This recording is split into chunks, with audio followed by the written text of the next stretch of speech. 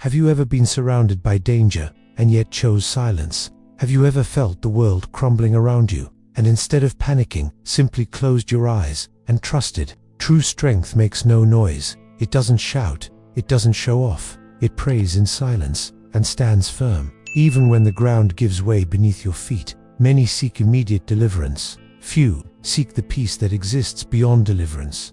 But there is an ancient virtue that teaches us to stand tall even when the whole world expects us to fall. You've ever faced beasts visible or invisible? If you've ever had to trust the invisible when the visible accused you, then this video is for you. Stay until the end, because today, we're not just telling a story, we're translating silent courage into practical wisdom.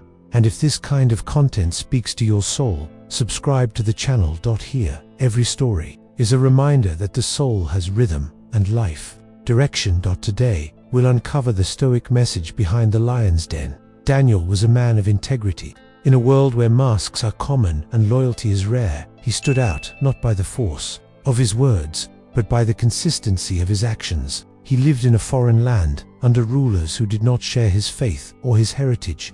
Yet, he never allowed himself to be tainted by hatred or resentment. He didn't rebel. He didn't try to subvert the system. He didn't seek applause or stage public resistance. He simply did what needed to be done with excellence, with honor, with steadfastness. And precisely because of that, he became a target. True virtue is unsettling. Its presence exposes the carelessness of others. And no matter how wisely Daniel served, those around him couldn't tolerate such unwavering resolve. They searched for flaws in his actions, tried to find cracks in his conduct, but there was no scandal or corruption in him. His life was clean, transparent as a cloudless morning sky, and that infuriated them. So they took another path. His faith, the most intimate, most genuine part of him, what couldn't be seen with the eyes but sustained him from within. They knew that if they struck there, he wouldn't yield. Because for Daniel, faith wasn't a formality, it was his backbone. They crafted a decree, used the king's vanity as bait, disguised their plot as political zeal. They convinced him that for 30 days, no one should pray to anyone but the king himself. It seemed like a gesture of honor, but beneath the surface, it was a trap. And Daniel knew. He read the decree, heard the rumors, understood the consequences, but he didn't hesitate. He could have been more cautious. He could have prayed silently, behind closed doors, avoiding attention. He could have pretended compliance, waited it out, preserved himself. But Daniel wasn't driven by fear or calculation. He wasn't moved by convenience. He was moved by conviction. So, as he did every day, he went up to his room, opened the window facing Jerusalem, and prayed 3 times, with gratitude, the same routine, the same reverence, the same calm, even knowing that this time eyes were watching, even knowing the sentence was already written. He prayed. The accusation came swiftly. The conspirators took the case to the king, and there, the monarch, realizing he'd been manipulated, was bound by his own word. In those days, no royal decree could be revoked, not even by the king himself. He tried. He looked for loopholes, but there was no way out. Daniel's fate was sealed. That night, Daniel was thrown into the lion's den. No protest, no screams, no escape. He entered as he lived, in peace. Imagine the weight of the darkness in that den, the muffled sound of earth sealing the mouth of the pit, the hot breath of lions around him, the sharp claws, death lurking.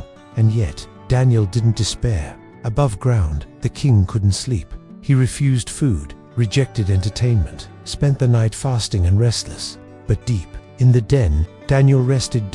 And here, the narrative reaches a sacred silence, because there's no record of desperate words, no anguished pleas, only faith, only stillness. Daniel's soul, even surrounded by beasts, didn't succumb to panic. He knew who he was, and more than that, he knew whom he trusted.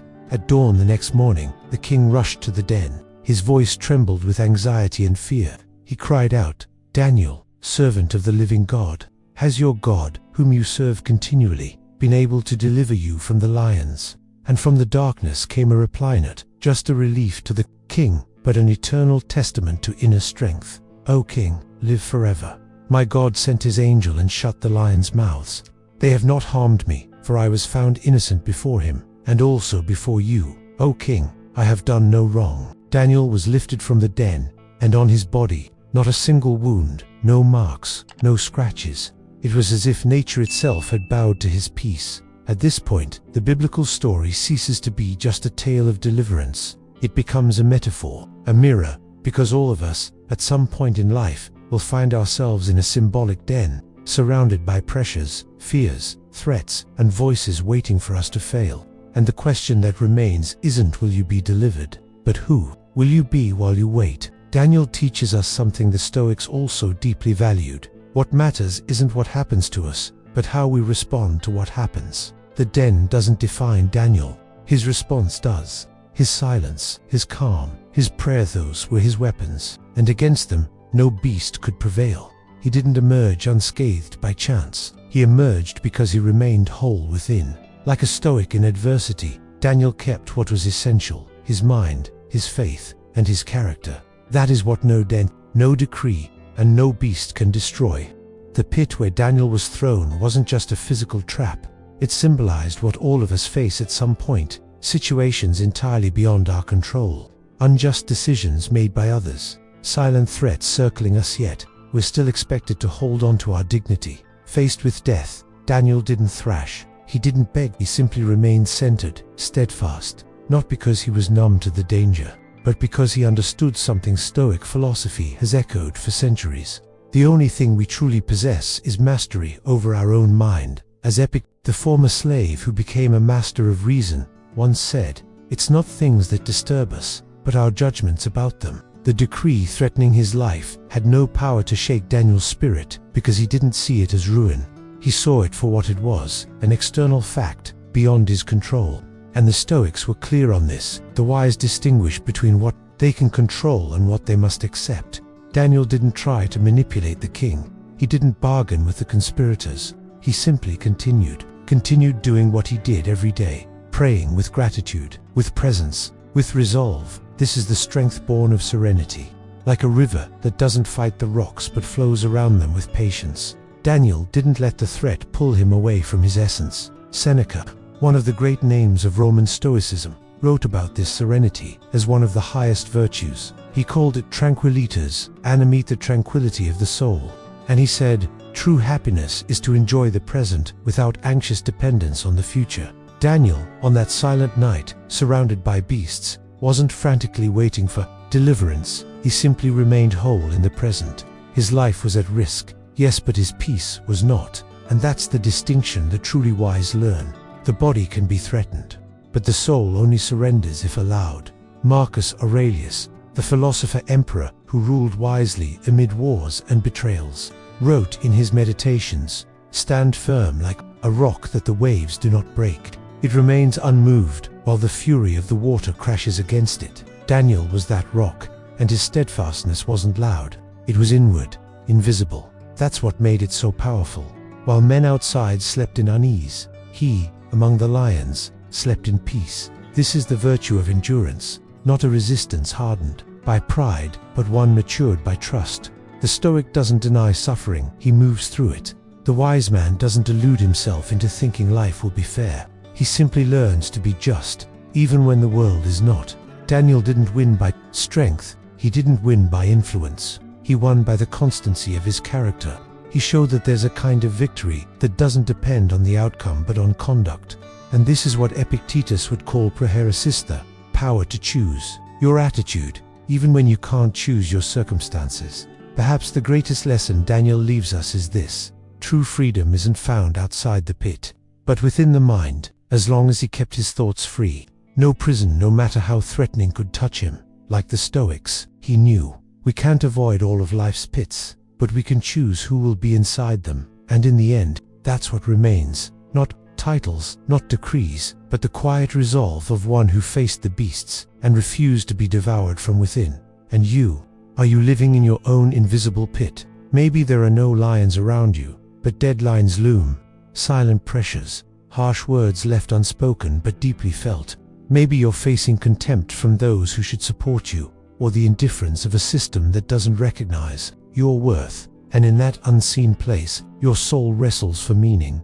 Do you feel tested by circumstances you never asked for? thrown into unfair situations, voiceless, defenseless, with no chance to explain. How many times have you thought, why me? How many nights have you spent awake, replaying scenes, searching for where you went wrong, trying to justify yourself even when deep down, you know your conscience is clear? What if, like Daniel, your silence is your greatest testimony? What if this isn't the time to defend yourself, but to stand firm? What if what's being forged in you isn't the strength to fight, but the peace to trust? Maybe this season you see as punishment is actually construction. Maybe this unsettling silence is preparation, and what feels like abandonment isn't rejection, but transition. Daniel's pit seemed like an end, but it was a beginning, a turning point, a place where God taught, in silence, that a trusting soul doesn't need to make noise. In life, we all pass through caves, but not every pit is punishment. Sometimes, it's the stage where our spirit matures, where faith becomes real, where our serenity becomes the answer the world never expected. So breathe, stand firm.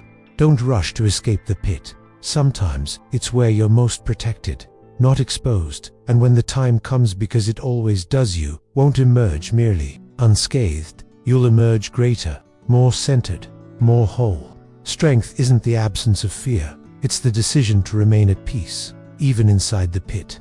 Daniel didn't emerge unharmed by luck, but because he chose not to lose himself in the pain. He didn't escape the beasts, but he didn't let them devour him from within. And you, have you considered that the pit you fear might be where God shuts the mouth of your greatest threats? If this story touched something deep in you, consider following this channel. Here, every story is a silent compass for the soul, because between the noise of the world and the silence of faith, it's in the silence that we find true direction.